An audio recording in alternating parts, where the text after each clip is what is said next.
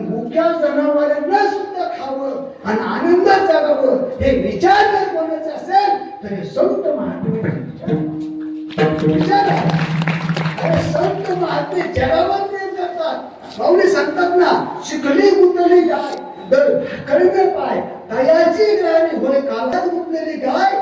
जर भाकर असेल ना तर तिच्याकडे पाहून ज्यांच्या अंतकरणात ग्लानी येते, ज्यांना वाईट वाटतं ते म्हणजे संत महात्मे.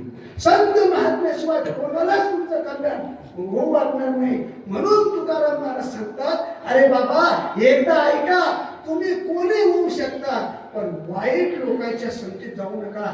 मी तर असे सांगेल, एक वेळेस विष्ठेजवळ बसा, एक वेळेस विष्ठेजवळ बसा, पण वाईट तर्क करणाऱ्याच्या संगतीत सुद्धा बसू नका. आणि विष्ठेजवळ बसल्यानंतर 2 मिनिटं वासी निघून जाईल, पण वाईट माणसाच्या तर्क करणाऱ्याच्या जर संगतीत बसलात ना, आयुष्याचं काळे झाल्याशिवाय राहणार नाही, कोणीच घडून काढणार नाही. म्हणून तुकाराम महाराज सांगतात, तार्किक सोडून द्या, द्या सोडून. आता तुम्ही कीर्तन ऐकलं ना, ठरवा आम्ही तार्किक लोकांच्या संगतीत बसणार नाही. महाराज तर्क करणारे लोक एवढे खराब आहे, आपल्याकडे वेळ नाही, हे तर मी सांगितलं असतं. म्हणून तुकाराम महाराज सांगतात, तार्किक लोकांची संगत सोडून द्या. एक जण उभा राहिला, म्हटलं महाराज ठरवलंय तार्किकाच्या संगतीत नाही राहायचं.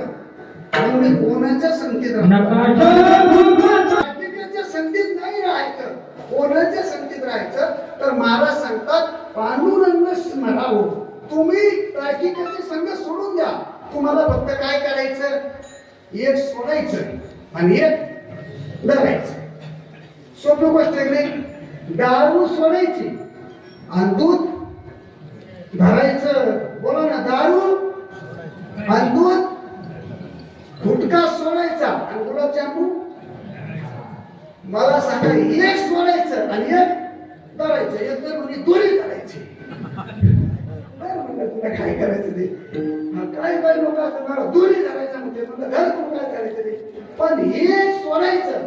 काय सोडायचं, तार्किकाची संगत सोडून द्यायची आणि भगवान पांडुरंग परमात्म्याला किंवा ओलांडेश्वर भगवान महादेव परमात्म्याला धरायचं.